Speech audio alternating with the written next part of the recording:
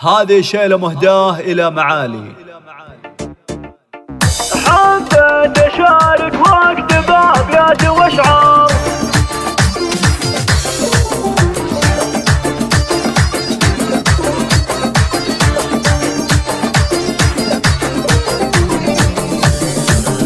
حبيت أشارك وأكتب أبيات وأشعار، وأكتب من بيوت القصيدة الجزالي جعل الفرح في بيتكم يا أهل الدار دايم على طول الزمن والليالي. مبروك أقول عند ما هلت أمطار، مبروك يا بنت الحسب يا معالي. الله يديم أفراحك يا أمرار وأمرار يم الدلع